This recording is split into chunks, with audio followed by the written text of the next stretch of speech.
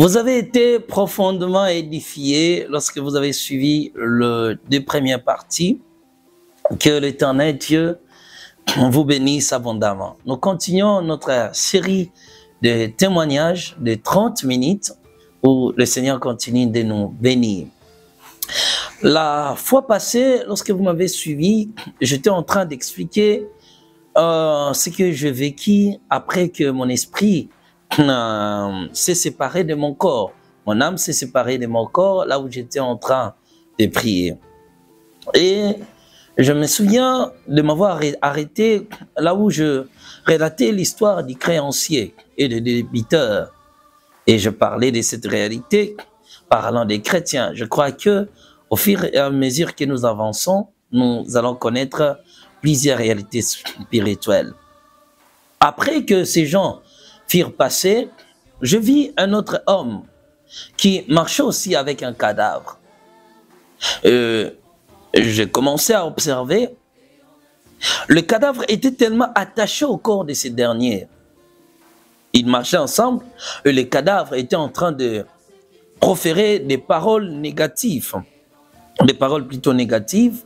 Il disait tellement de choses bizarres à l'encontre de la personne vivante.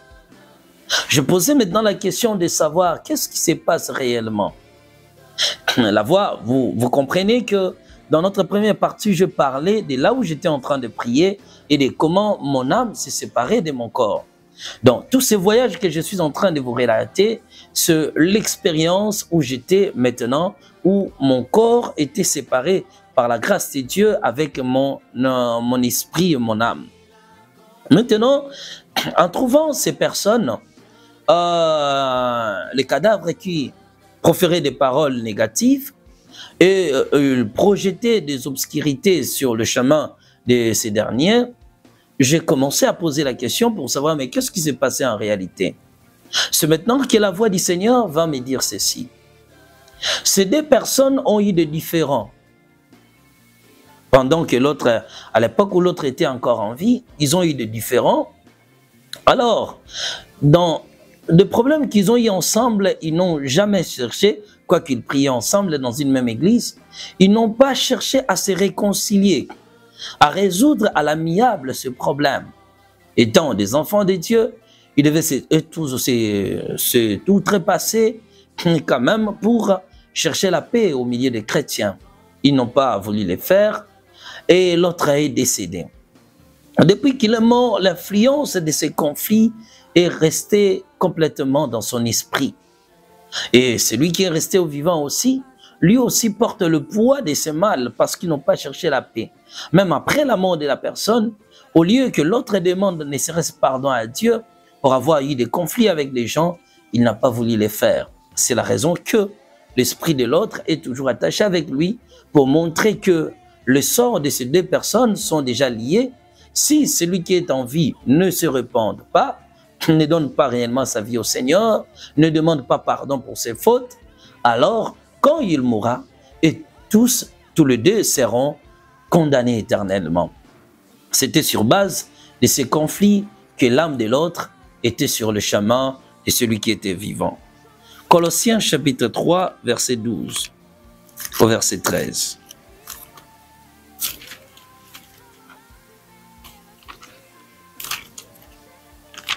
Colossiens chapitre 3, verset 12 au verset 13. La Bible dit ceci.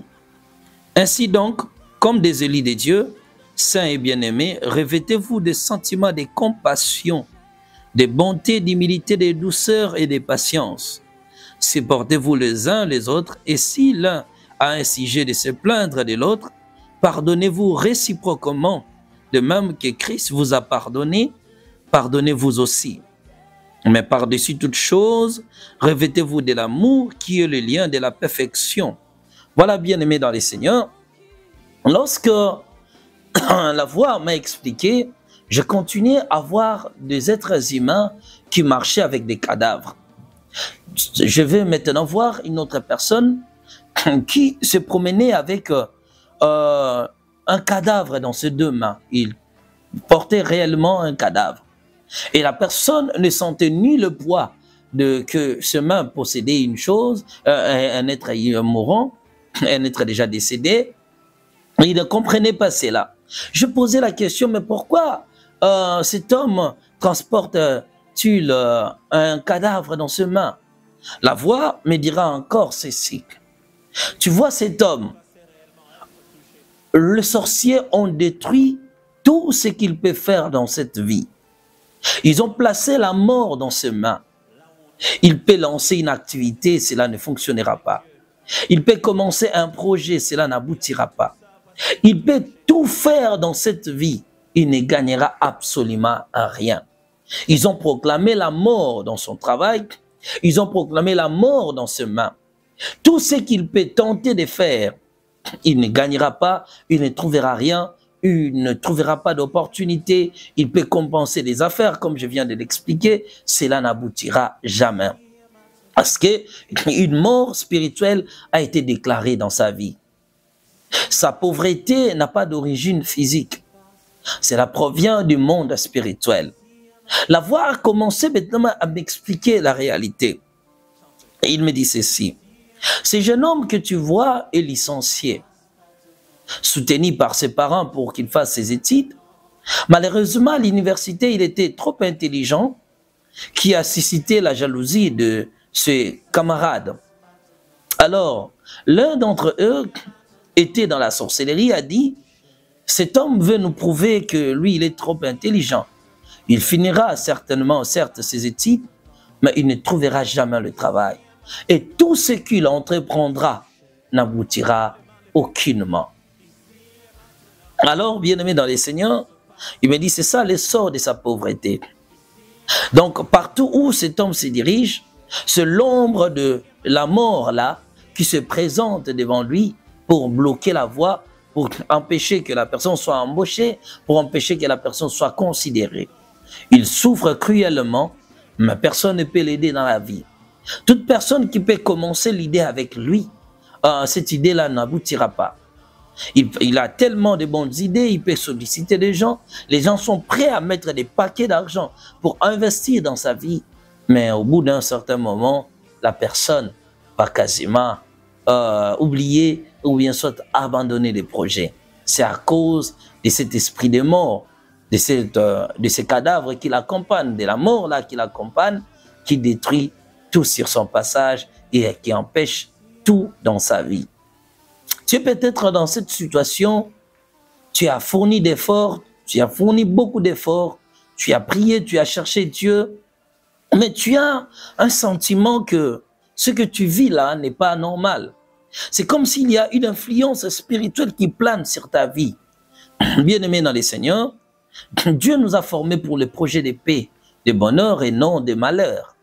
Chaque fois que tu constates que quelque chose tu traverses et que tu n'apprécies pas, il faut toujours avoir le temps de prier.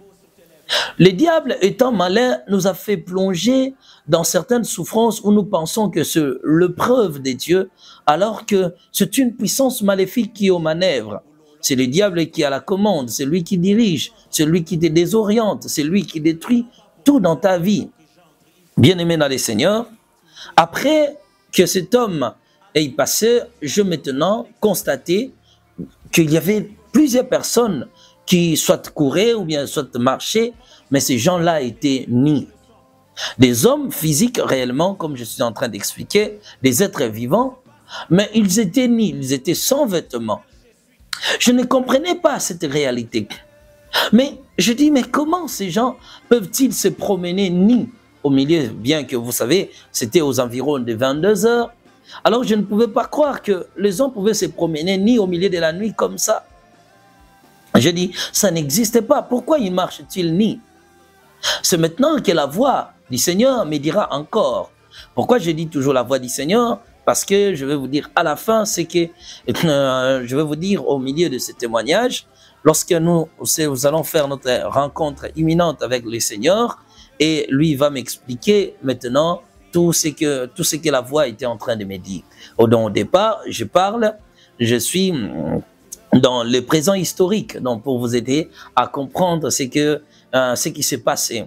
Alors, j'insiste maintenant, dans ce présent historique, la voix était en train de dire, que ce que tu es que ces gens-là que tu vois nus sont des chrétiens, sont des hommes qui sont maudits, c'est-à-dire ils sont porteurs de mauvais sorts.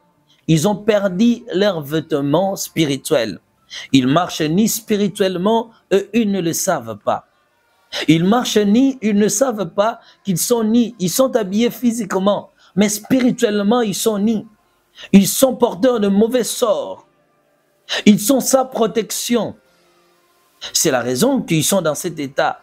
Et si je revenais aujourd'hui, ces hommes n'hériteront jamais mon royaume. Alors, lisons la Bible. Nous sommes dans les livres d'Apocalypse. Nous sommes dans le chapitre 16, le verset 15. Voici, je viens comme un voleur. Et c'est lui qui veille et qui garde ses vêtements, afin qu'il ne marche pas ni et qu'on ne voit pas sa honte. Voilà, bien-aimés dans les Seigneurs. Il était en train de m'expliquer la réalité spirituelle de la nudité. Toutes les personnes nues durant cette expérience, me dit, sont victimes de mauvais sorts. Tu rêves un peu souvent que toi aussi tu es dans ces cas. Avant d'expliquer, je continue. Je voulais d'abord savoir qu'est-ce qui signifiait réellement ce mauvais sort. Premièrement, il me dit, ces hommes ont perdu leur protection spirituelle. Ils ont perdu leur protection spirituelle à cause de leurs origines. Ils sont des hommes, mais leurs origines, leur sang a des alliances, a des alliances maléfiques. Leur sang possède des esprits démoniaques.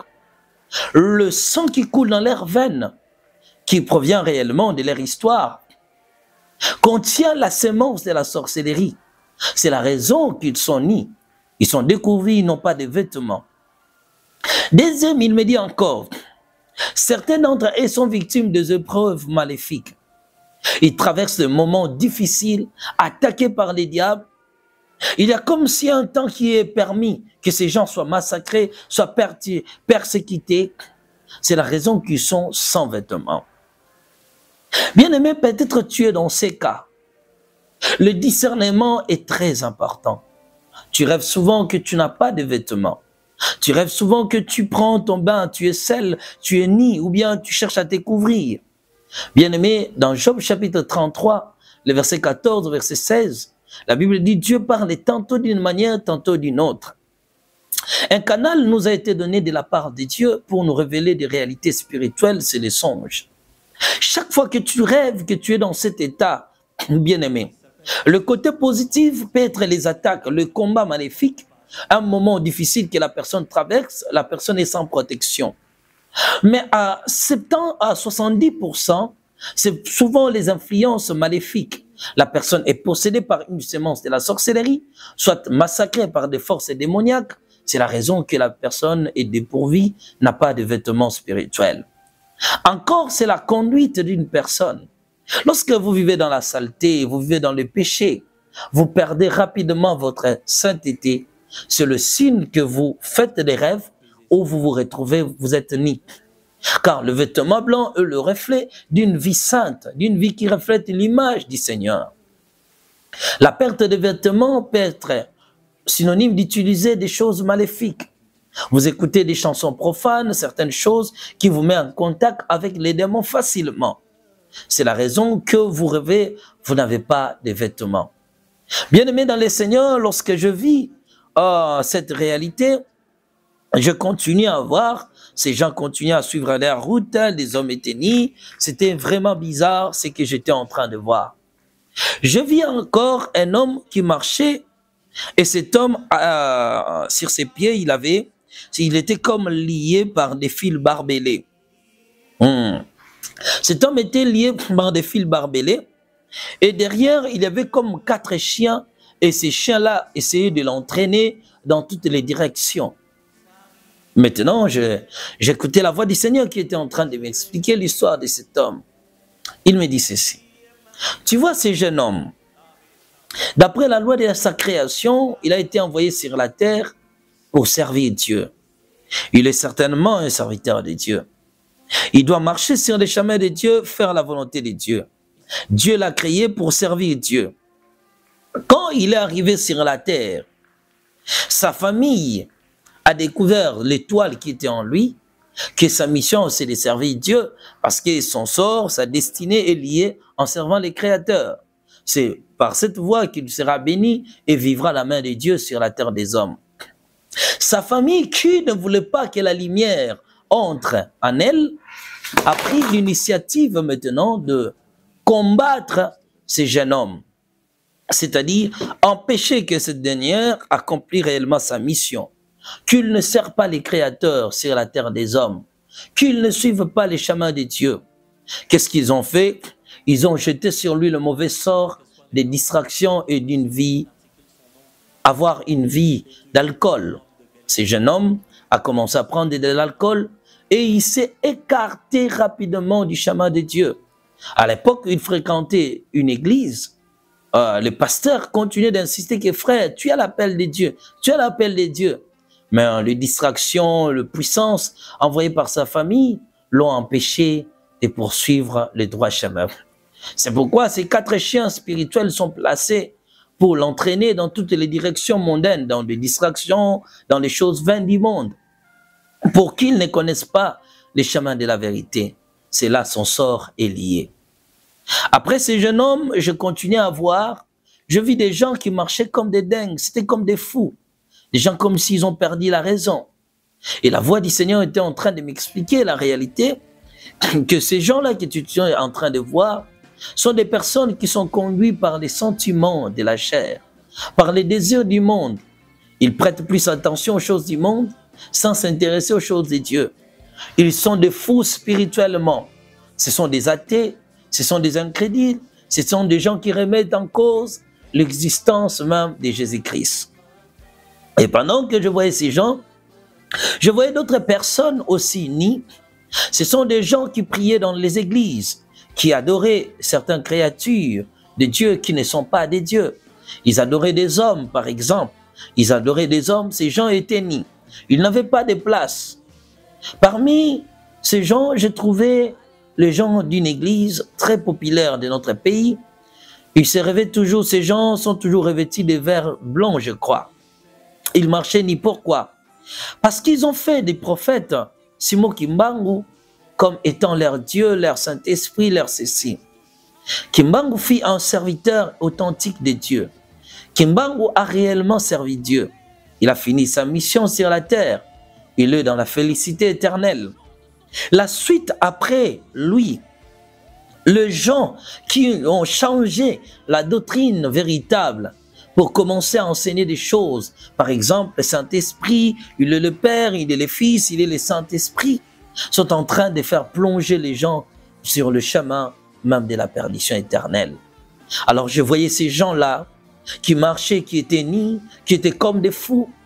La voix du Seigneur me dit, ces gens-là portent la folie dans leurs esprits. Ces gens-là sont fous spirituellement. Ils pensent qu'ils sont intelligents. Ils sont égarés du droit chemin. Pendant que mon serviteur est dans sa félicité éternelle, eux sur la terre, ils se poumonent inutilement en lui attribuant des titres qu'il n'avait même pas. Il était un prophète authentique de Dieu, il a fini sa mission, mais toute cette population nue sont des gens qui pensent qu'il était Dieu, qu'il était le Saint-Esprit, qui croient qu'il était le Saint-Esprit, alors qu'il était un envoyé du Seigneur. Il y avait plusieurs personnes, de plusieurs croyances, des gens de certaines églises, comme catholiques, plusieurs d'entre elles, qui marchaient ni à cause de cette folie. Bien-aimés dans le Seigneur, la parole de Dieu est claire pour toi et moi, chrétiens. Nous avons accepté un Dieu véritable. Celui qui est mort et ressuscité sur la croix, c'est Jésus-Christ de Nazareth. Il nous a promis l'envoi du Saint-Esprit qui vivra en nous, qui demeurera en nous. C'est le Saint-Esprit que toi et moi nous avons reçu le jour où nous avons créé. La divinité du Saint-Esprit est incontestable. Le même Dieu, appelé Esprit, est le même Dieu qui a porté un corps. Donc quand on parle du Père, on parle du Fils, on parle du Saint-Esprit, on parle de la même personne, de Dieu qui se manifestait dans les temps et dans l'espace. C'est la raison que la Bible dit, l'Esprit de Dieu s'est mouvé au-dessus des eaux. Et Job dira, c'est l'Esprit de Dieu qui m'a créé. Donc Dieu est esprit. Jean chapitre 4, si nous lisons le verset 22, 21 jusqu'au verset 24. Dieu est esprit, il faut que ceux qui l'adorent en esprit et en vérité. Donc le Dieu créateur est l'esprit. Bien-aimés dans les Seigneurs, après avoir vu ces gens-là, qui étaient comme des fous, à cause de certaines croyances et des acceptations des choses inutiles, futiles même, qui n'existaient pas, bien-aimés dans les Seigneurs, je vis maintenant un homme. Cet homme marchait, mais il n'arrivait pas à bien marcher plutôt. Il avait une plaie dans sa jambe. Et cela était tellement pourri. Mais quand je l'ai observé, je vis une souris qui le rongeait à l'intérieur. Je ne comprenais pas cette réalité. Je posais la question, je dis, mais qu'est-ce qui se passe? Donc, chaque fois que je pensais quelque chose dans ma tête, c'était comme si je posais une question et directement, je recevais directement la réponse. Donc, le Seigneur comprenait directement ce que j'avais envie de demander et lui, directement, me répondait rapidement. Il me dit ceci, cet homme-là que tu vois, il avait réussi, il a été promu au travail. Parmi ses collègues, l'un n'était pas d'accord. Ils ont dit, mais pourquoi seulement lui? Il a dit, on verra s'il va travailler dans ce bureau, s'il aura cette chaise. Cet homme est allé consulter un féticheur, et le féticheur a lancé une maladie, a jeté le mauvais sort sur la jambe de cet homme. Et cet homme qui n'est pas fort dans une vie de prière, c'est la raison que la souris spirituelle a été placée pour causer ce que tu es en train de voir. Après, il me dit, plusieurs personnes sont victimes des maladies incurables, qui cherchent des guérisons qu'ils ne trouvent pas. Bien-aimés dans les Seigneurs, si je vous parle maintenant directement en tant qu'homme de Dieu, et que la médecine terrestre est le signe de la miséricorde de Dieu. La médecine spirituelle est le signe de la puissance, du miracle et du pouvoir et de l'amour de Dieu dans la vie d'un homme. Chaque fois que nous consultons la médecine physique pour une guérison et que nous ne trouvons pas la solution, il est préférable pour nous, bien-aimés dans les Seigneurs, de tourner les regards et de chercher ce que nous appelons la guérison divine. Au bout d'un certain temps, je passais cet endroit, j'ai quitté les carrefours dans la recherche de l'aide. Bien-aimé, je vis maintenant une église dans une parcelle. Quand je vis l'église, j'ai eu le sentiment de m'y intégrer à l'intérieur, peut-être que je trouverai quelqu'un qui peut m'aider. Quand je m'approchais de l'église, je vis que la porte était ouverte et à l'intérieur, il y avait des êtres bizarres assis, vêtus en noir, certains d'entre eux étaient nus, et toutes ces créatures à l'intérieur, toutes ces créatures avaient des cornes dans leur tête. Ils avaient des cornes. En le regardant, je puis directement cerner que c'était des sorciers. L'un était sur la chair et les autres étaient en train d'assimiler ses enseignements parce qu'il était comme en train d'enseigner. Je maintenant écoutais la voix du Seigneur me dire ceci. Tu vois cette église, les pasteurs se battent dans des prières, dans des jeûnes, dans la recherche de la face de Dieu pour que l'église puisse connaître la croissance numérique. Maintenant, son église est combattue par des sorciers. L'un des sorciers, une fois assisté au culte, a écouté le pasteur en train de dire que nous devons beaucoup prier pour que notre église puisse connaître une ascension fulgurante et aussi une croissance numérique. En faisant telle prière, l'un des sorciers qui assumait un poste dans un département de l'église est allé directement porter plainte dans la confrérie de la sorcellerie. Il a dit là-bas que j'ai été envoyé dans cette église pour détruire, mais voilà maintenant le pasteur cherche la croissance. Le chef de la confrérie a dit ceci. Puisqu'il veut que son église puisse croître, alors faisons ceci. Nous n'allons plus organiser nos réunions dans notre siège. Désormais, nous allons nous installer à l'intérieur de l'église. Ils sont venus. Le Seigneur dit, ils ont trouvé l'accès comment? La première chose, c'est la faiblesse de la vie de prière. Ils ont trouvé que l'homme de Dieu n'était pas fort dans la vie de prière et que la crainte de Dieu stagnait. L'amour pour les choses de Dieu était un peu loin. Il était trop emporté par la gloire, la richesse, voulant plus les choses de ce monde plus que la foi chrétienne. C'est comme ça que les sorciers ont pu trouver l'ouverture et aujourd'hui ils sont installés. C'est comme ça qu'ils détruisent l'église à l'intérieur. C'est eux qui sont à la base de la destruction et du manque de croissance de l'église. Bien-aimés dans les Seigneurs, lorsque le Seigneur a dit cela, j'étais maintenant sous les chocs. Il dit parce que le pasteur lui-même ne prêche pas un évangile qui peut aider l'église à croître. Il dit, s'il enseignait un évangile authentique, il enseignait la parole et que l'église était basée par la prière, en recherchant la face de Dieu, dans l'adoration, dans la crainte de Dieu, l'église allait passer par-dessus toutes ces épreuves, tous ces combats spirituels. Mais la faiblesse de l'église, si l'église n'a pas de puissance, il est à la merci des diables.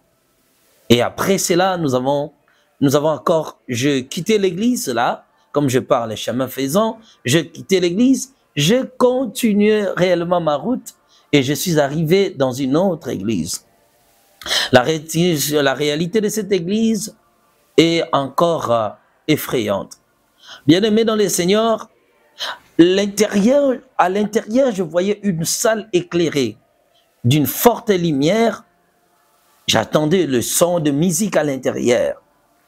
Mais avant l'entrée de l'église, c'est-à-dire à l'extérieur même, de quelques mètres de l'église, il y avait des êtres bizarres, d'autres étaient nus, tenant des javelots, des épées, ainsi de suite, qui empêchaient l'accès des gens à l'intérieur de l'église.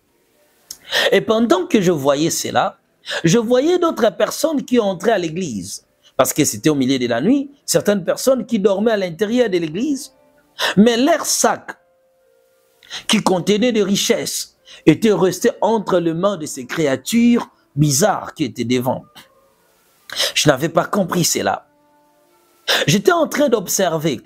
Je vis que les gens qui dormaient à l'église n'avaient absolument rien et que tout ce qu'ils possédaient était resté à l'extérieur. Tout ce qu'ils avaient sont restés à l'extérieur aux mains de ces créatures. Je voulais maintenant comprendre. La voix du Seigneur me dira encore, tu vois cette église, le pasteur est une personne qui craint Dieu. Il se bat pour la croissance de son ministère. Il enseigne une parole authentique. Il est fondé par les enseignements des apôtres et des prophètes. Il cherche à conduire les âmes vers le ciel. Mais il a un combat dans son ministère. Le combat consiste dans le quartier où il a placé l'église. Les gens du quartier ne sont pas d'accord avec lui. Alors, ils ont lancé une guerre spirituelle. En lançant la guerre, ils ont affaibli la vie de prière du pasteur. Le pasteur n'est plus assez, il n'a plus assez de temps, il a maintenant trouvé un travail. Il commence à se concentrer plus sur son travail que sur l'avancement de l'église. C'est la raison que la crainte de Dieu qu'il a continue de garder l'église dans la lumière. Le manque de prière, de jeûne, de sacrifices en cherchant la face de Dieu pendant des heures longues fait en sorte que l'église a perdu sa puissance. Voilà. Fait en sorte que l'église a perdu sa puissance. Et comme l'église a perdu sa puissance, les démons ont maintenant trouvé l'accès. Ils sont devant la porte, ils sont devant l'église. Leur objectif, c'est d'arracher tout ce que les hommes possèdent. Tout fidèle qui vient dans cette église avec quelque chose, avec une bénédiction, et sont devant pour récupérer cela. Et sont là juste pour récupérer les étoiles des gens. Ils récupèrent les bénédictions. Les gens viennent ici, ils prient, ils sont bénis lorsque l'homme de Dieu prêche. Mais qu'est-ce qui se passe?